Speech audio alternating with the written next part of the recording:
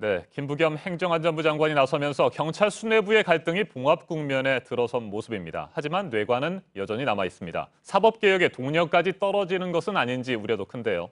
경찰 출신인 더불어민주당 표창원 의원과 함께 좀 더 짚어보겠습니다. 어서 오십시오.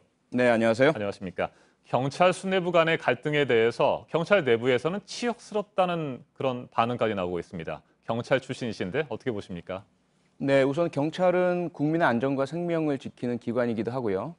그리고 국민의 법 위반에 대해서 법 집행을 하는 기관이죠. 그렇다 보면 무엇보다도 국민 앞에서 자존감, 자존심, 명예 이런 것들이 소중하죠. 그런데 이번에 가장 고위층 경찰관 두 명이 서로 다투고 싸우는 모습을 국민 앞에 그대로 노정하면서 조직 내부 전체가 좀 치욕스럽다. 국민 앞에 어떻게 우리가 법 집행을 하겠느냐. 그런 분위기가 많이 생기고 있습니다.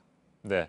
김부겸 장관이 이례적으로 지휘권을 발동해서 일단 봉합을 한 것으로 보이는데 경찰 내부 분쟁에 행정안전부가 지휘권 발동까지 언급하면서 개입한 것은 이번이 처음이라고요. 네, 그런 적이 없었고요. 무엇보다도 경찰은 과거 1991년 전까지는 내무부 치안국으로 그 행정안전부 같은 그러한 조직체의 한 일부였습니다. 그러다 보니까 정부나 권력에 지나치게 예속되어 있었다. 그래서 박정출 군 고문치사 사건이라든지 이한열 군 사망 사건이라든지 이 시국의 가장 중심에 서 있기도 했었고요. 경찰 전체가 자성을 하면서 우리를 좀 독립시켜달라. 네. 이렇게 해서 탄생한 것이 경찰법이고 외청인 경찰청이었거든요.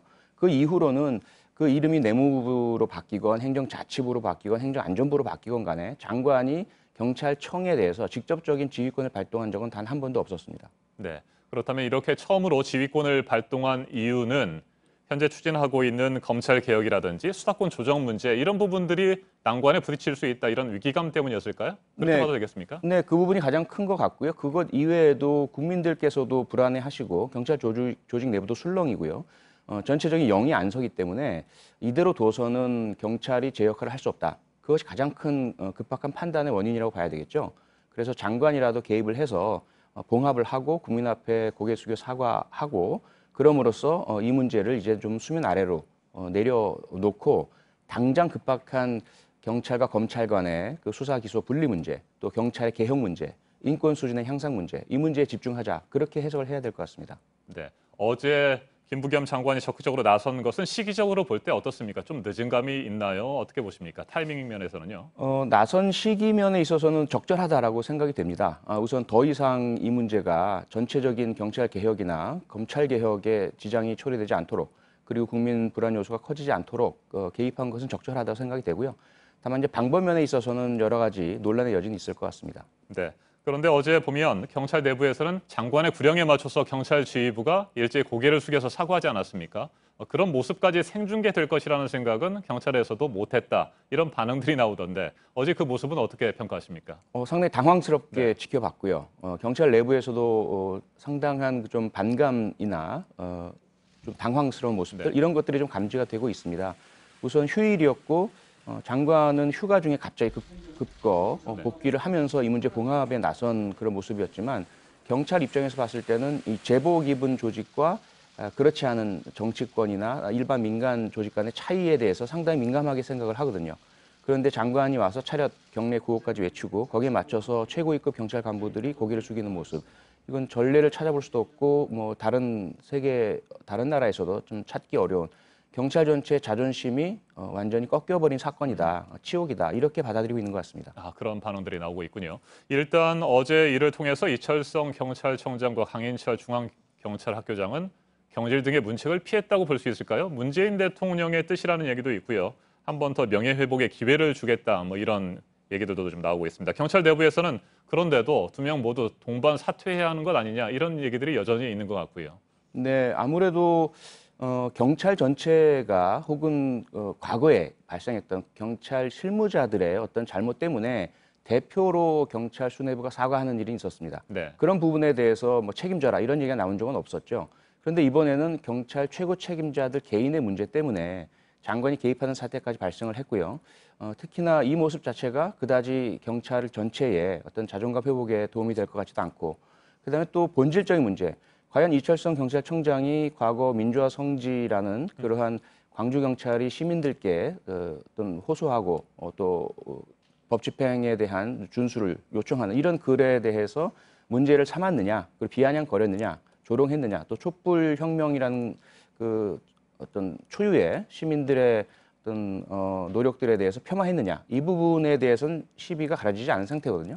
아울러 강인철 중앙경찰학교장이 그야말로 갑질을 하고 횡령에 해당될 정도의 잘못된 예산 집행을 하고 그리고 뭐 유흥주점 앞에서 기사를 대기시키고 이러한 잘못된 행위를 했느냐 안 했느냐 이 본질은 밝혀지지 않은 상태라서 문제 해결이 되었다 이렇게 보기는 좀 어려울 것 같습니다. 그렇죠. 사실관계가 규명되지 않은 상태에서 어제 뭐 국민들 앞에서 고개를 숙였다고 해도 문제가 완전히 해결된 것은 아니고 결국에는 네. 뇌관은 남아 있다 이렇게 봐야 되겠죠. 그렇습니다. 네, 두 사람 모두 수사 대상에 오른 거 아니겠습니까? 네, 현재 시민단체가 경찰청장을 직권남용 혐의로 고발을 한 상태라서 검찰이 일단 사건 접수를 한 상태고요.